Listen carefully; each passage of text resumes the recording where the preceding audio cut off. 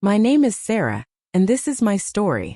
It is a story about love, loss, hope, and the strange way that life brings us exactly what we need, even when we think all is lost. I was 25 years old when I married David. He was a kind man with gentle eyes and a warm smile. We met at a small coffee shop in our town. I was reading a book, and he asked if he could sit at my table. That simple moment changed my life forever. "What are you reading?" he asked. "Just a romance novel," I said, feeling a little shy. "I love romance novels," he said with a smile. "People think only women read them, but I think everyone wants to believe in love." From that day, we were inseparable. 6 months later, David asked me to marry him under the stars in the park where we had our first date. I said yes before he even finished asking. Our wedding was small but beautiful. My parents cried happy tears. David's mother gave me her grandmother's ring. Everything felt perfect, like a dream come true. We moved into a small house with a blue door and a garden full of roses. "One day," David said as we painted the extra bedroom yellow, "this will be a nursery. We'll have 2 or 3 children running around laughing and playing." I smiled and imagined it too. I could see little feet running through our garden. I could hear children's laughter filling our home. It was everything I wanted. But life had different plans. After 1 year of trying, I did not get pregnant. After 2 years, we started to worry. We went to see doctors. We did tests. So many tests. The doctors used big words I did not understand. They showed us papers with numbers and charts. Finally, one doctor looked at us with sad eyes and said, "I'm sorry. Sarah cannot have children. Her condition is permanent. There is nothing we can do." The world stopped. I could not breathe. David held my hand, but I felt so alone. We drove home in silence. When we got inside our house, I walked past the yellow bedroom and closed the door. I could not look at it anymore. That night, I cried until I had no tears left. David held me and said, "We will be okay. We have each other." But I did not feel okay. I felt broken. I felt like I had failed as a woman. Every time I saw a pregnant woman in the store, my heart hurt. Every time I heard a baby cry, I wanted to cry too. Months passed. I stopped talking to my friends who had children. I stopped going to family gatherings where everyone brought their kids. I stayed home and felt sorry for myself. David tried to help, but I pushed him away. "Maybe we could adopt," he suggested one evening. "It's not the same," I said quietly. I wanted to feel a baby growing inside me. I wanted to give birth. I wanted that connection. David looked hurt, but he did not argue. He just held me and let me grieve. 2 years passed like this. 2 years of sadness and emptiness. Our marriage started to feel heavy. We barely talked anymore. The yellow room stayed closed. The roses in our garden died because I stopped caring for them. One cold November evening, I was walking home from the grocery store. It was getting dark early, and the streets were quiet. As I turned the corner near our house, I heard something. A small sound, like crying. I stopped and listened. There it was again. It was coming from behind a dumpster in the alley next to the old church. My heart started beating fast. I walked closer slowly, and there, wrapped in a thin blanket on a piece of cardboard, was a baby. A tiny baby boy crying softly. I could not believe my eyes. I looked around. The street was empty. No one was there. Just me and this baby in the cold November night. "Oh my God," I whispered. I picked him up carefully. He was so small, maybe only a few weeks old. His little face was red from crying. His fingers were so tiny. He felt warm in my arms despite the cold air.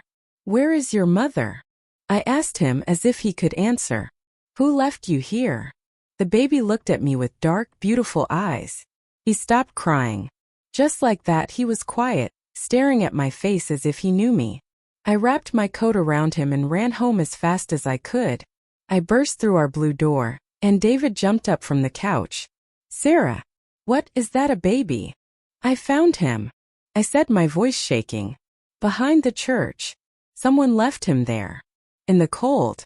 All alone." David's face went pale. "We need to call the police.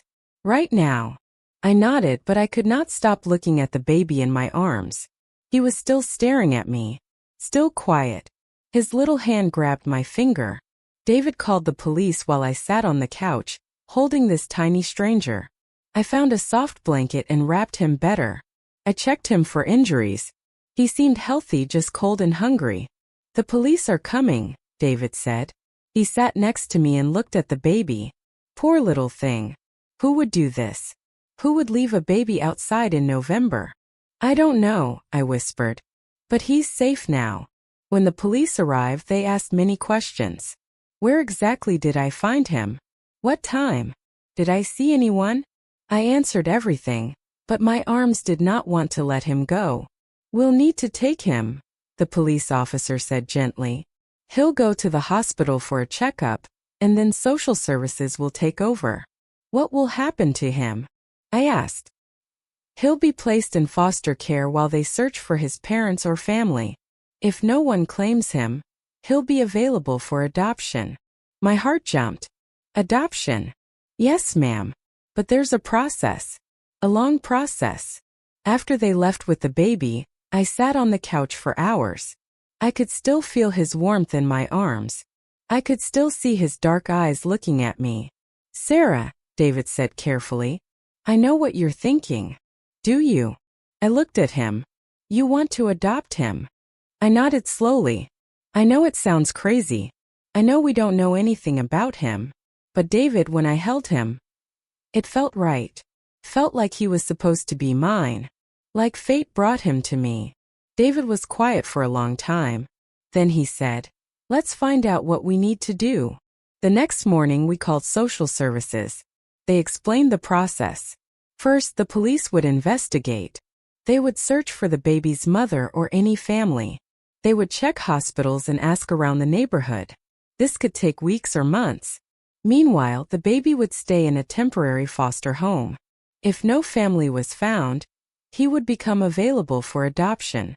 But we would need to get approved as adoptive parents. More tests, more papers, more waiting. How long does all of this take? I asked. Usually 6 months to a year, sometimes longer, the social worker said. My heart sank. But I was determined. We want to do it. We want to start the process. Over the next weeks, our lives changed completely. We attended classes about adoption and foster care. We learned about children's needs, trauma, and attachment. We filled out endless forms. Social workers came to our house to inspect every room. They interviewed us separately and together. They asked about our marriage, our finances, our childhood, our health.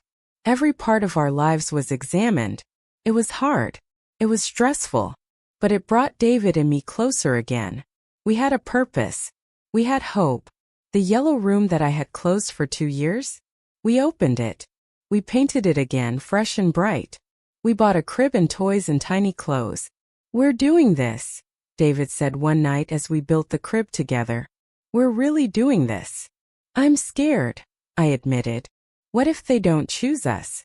What if someone else adopts him? What if his birth family comes back? David hugged me. Then we'll love whatever child needs us. But I have a feeling about this baby. I think he was meant for you. The way you found him, Sarah. That was not a coincidence. 3 months after I found the baby, we got a call from social services. No family has come forward, the social worker said. No one has reported a missing baby. The mother has not been found. The baby is now legally available for adoption. And we would like to place him with you as foster to adopt parents. I started crying. Happy tears this time. Really? Are you sure? Your application was very strong. Your home is perfect. And there's something else. The baby. He's been having trouble with his current foster family. He cries a lot. But his foster mother told us something interesting. When you visit, he stops crying. He calms down. It's like he remembers you. 2 weeks later, they brought him to our home. Officially, he was our foster son. But in my heart, he was already mine. I held him again, and just like that first night, he stopped fussing and looked at me with those dark eyes. He remembered me. I was sure of it. Hello, little one, I whispered. Welcome home. David and I decided to name him Ethan. It means strong. Because despite everything, despite being left alone in the cold, he survived. He was strong. The first months were not easy. Ethan did not sleep well. He cried at night. He had trouble eating. The doctor said he might have felt his abandonment even though he was so young. Babies know when something is wrong. But slowly, with love and patience, Ethan began to trust us. He started sleeping better. He started smiling. His first smile was for me, and I cried happy tears. His first laugh filled our house with joy. David was an amazing father. He would walk with Ethan for hours when he cried. He sang silly songs and made funny faces. He read him stories every night, even though Ethan was too young to understand. He likes the sound of your voice, I told David. I like talking to him, David said. I tell him about his future, about how he'll play baseball, about how he'll go to school, about how loved he is. The adoption process continued. More papers, more visits from social workers, more waiting. But this time the waiting felt different. We had Ethan with us. We were already a family. 1 year after I found Ethan behind that church, the adoption was finalized. We went to court, and the judge signed the papers that made him officially our son. Ethan David Miller. Our son. I cried in that courtroom. David cried too. Even the judge had tears in her eyes. This is what the system is supposed to do, the judge said. Bring children and families together. Take care of each other. That night we had a small party. My parents came. David's mother brought a special cake. Our friends who had supported us through everything celebrated with us. I looked at Ethan sleeping peacefully in his crib, in the yellow room that was no longer empty, and I thought about the journey that brought us here. I thought about the pain of learning I could not have children, the 2 years of sadness and grief, the closed door and the dying roses. I thought about that cold November evening when I heard a baby crying behind a church. What if I had walked a different way home? What if I had not heard him? What if I had not stopped? But I did. And he was there, waiting for me. Do you think his birth mother knew? I asked David that night as we lay in bed. Do you think she left him there on purpose, hoping someone would find him? I don't know, David said honestly. Maybe she was desperate. Maybe she was scared. Maybe she thought she was giving him a chance at a better life. I hope she knows he's okay, I said quietly. I hope she knows he's loved. Life moved forward. Ethan grew from a baby into a toddler. He took his first steps in our garden, which I had replanted with new roses. He said his first word, Mama. My heart exploded with joy. He was curious about everything. He loved books and music. He loved animals and playing outside. He was funny and smart and so loved. When Ethan was 3 years old, he started asking questions. Mama, where did I come from? I took a deep breath. David and I had talked about this moment.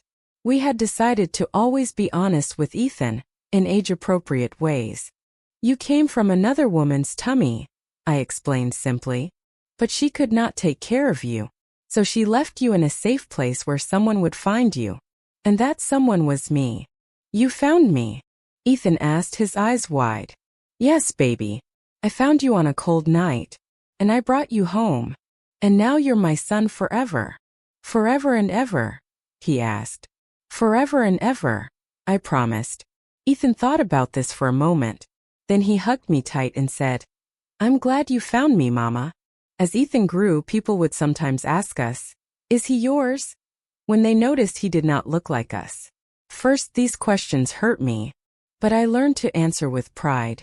Yes, he is mine. He is my son. And that was the truth. Not because I gave birth to him. Not because we shared blood. But because I loved him. Because I chose him and he chose me that cold November night when our eyes met for the first time. When Ethan was 5 years old, something unexpected happened.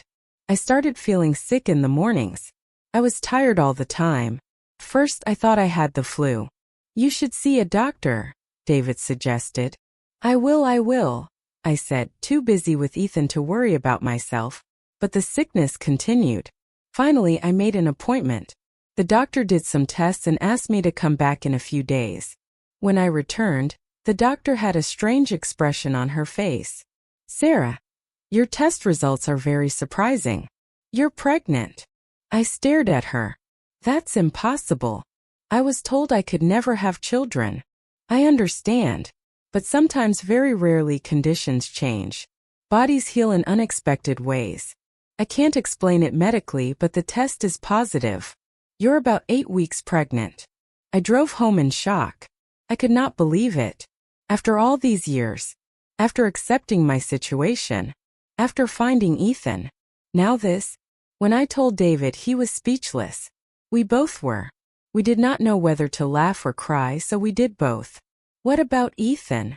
I worried. "He's been our only child for 5 years. Will he feel replaced?" "We'll help him understand," David said. "He's going to be a big brother." That night we told Ethan. We sat him down and explained carefully. "Ethan, you know how you came from another woman's tummy?" I started. He nodded seriously. "Well, now there's a baby growing in my tummy. A little brother or sister for you." Ethan looked confused.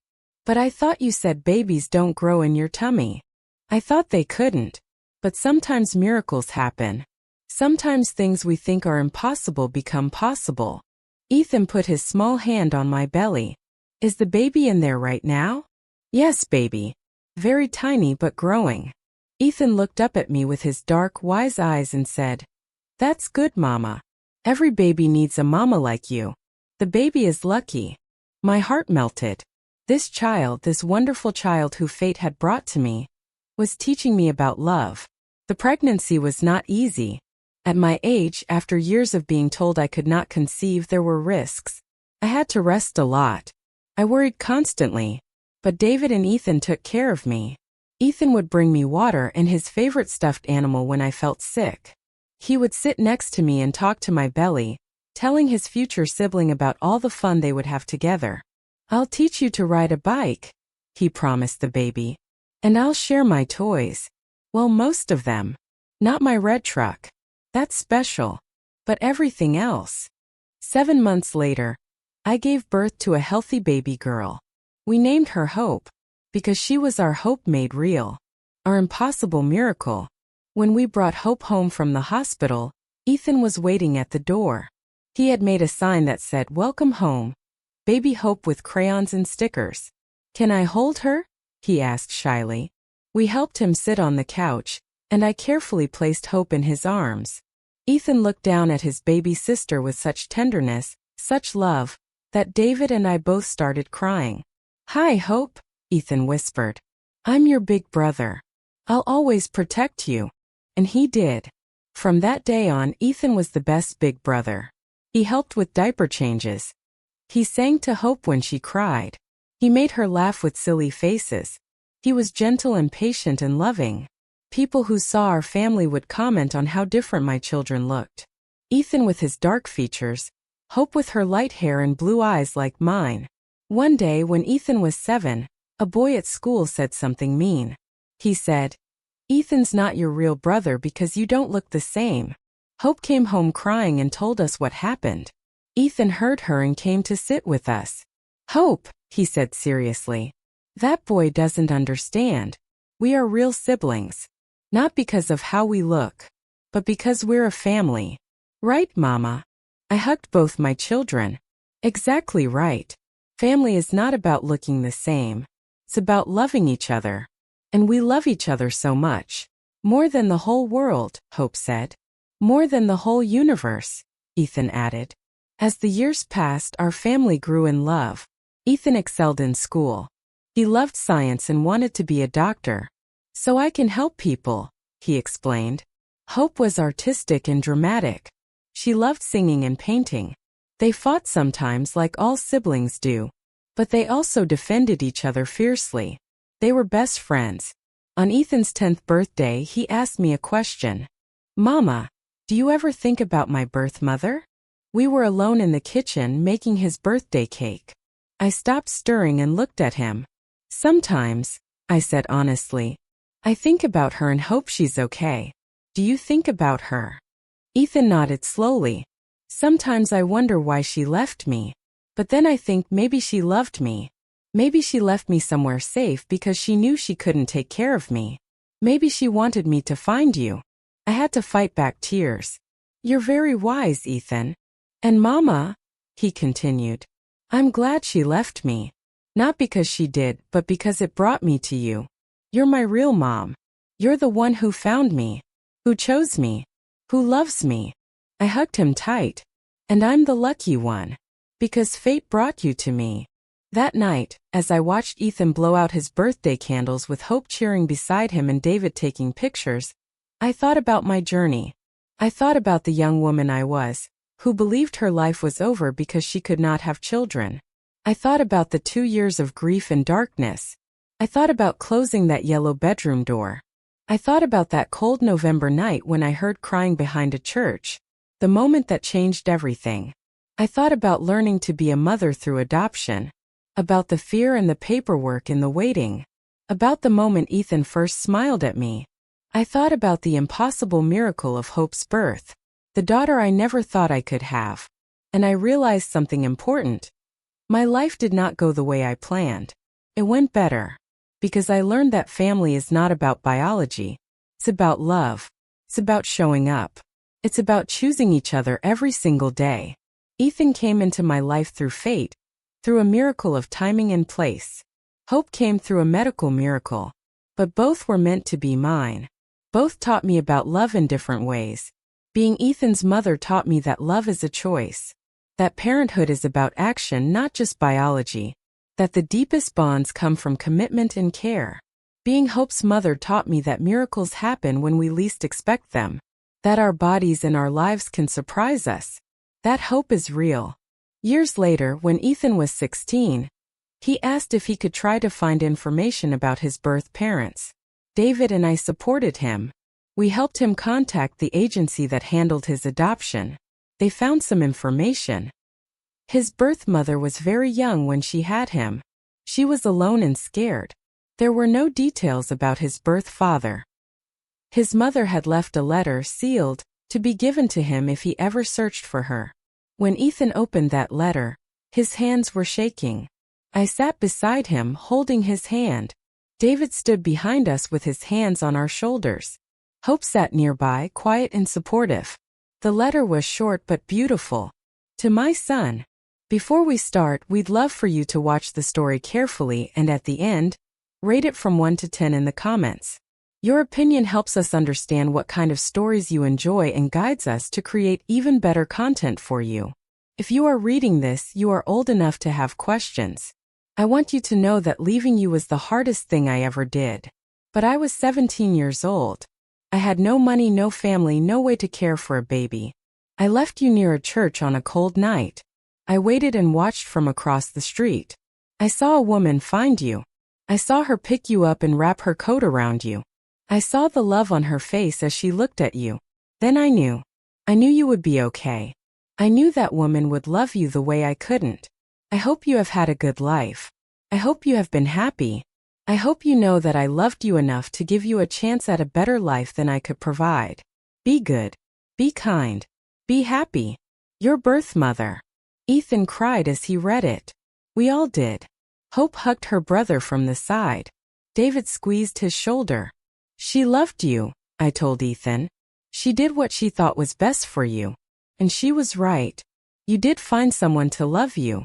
You found us.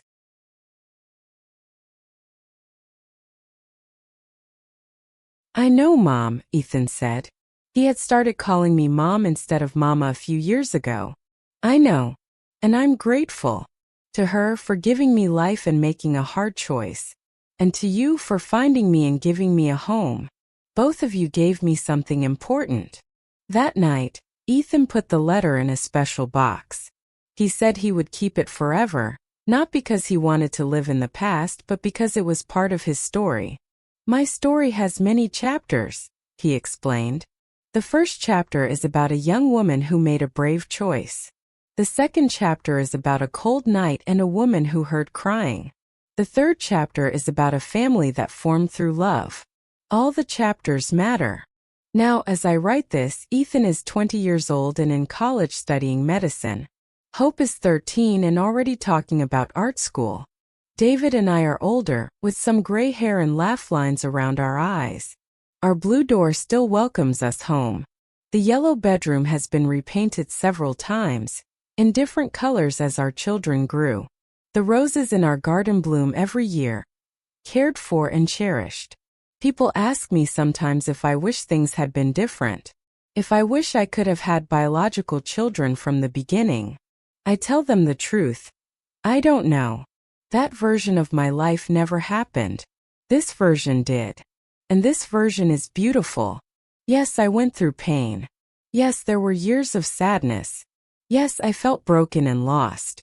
But that pain led me to be in exactly the right place at exactly the right time to hear a baby crying behind a church.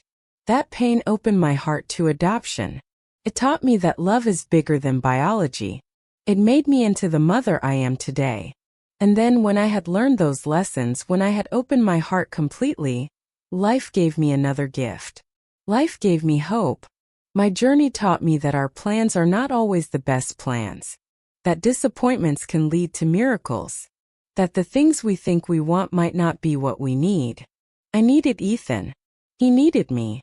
We found each other in the cold and the dark. And we built a family based on choice and love. Hope came later, unexpected and impossible, proving that miracles happen even when we stop looking for them. Tonight, both my children are home. Ethan is back from college for the weekend. Hope is in her room painting. David is cooking dinner. Our house is full of noise and life and love. I stand in the doorway and watch my family, and I feel grateful. Grateful for the pain that made me who I am. Grateful for the cold November night that changed my life. Grateful for every moment of this unexpected, imperfect, absolutely perfect journey. Because I couldn't have children. The doctors said it was impossible.